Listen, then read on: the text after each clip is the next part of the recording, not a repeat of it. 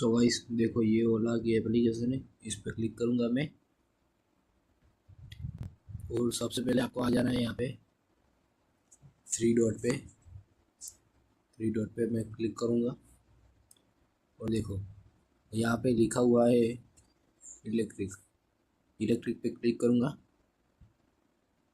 ये देखो ये मेरा ऑर्डर है, ओला वोल्ट की बैटरी है।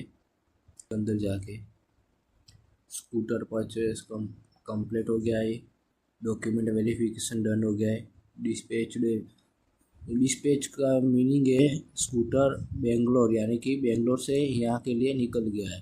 स्कूटर रजिस्ट्रेशन डन, यानी कि जो रजिस्ट्रेशन नंबर प्लेट होती है वो डन हो गई है।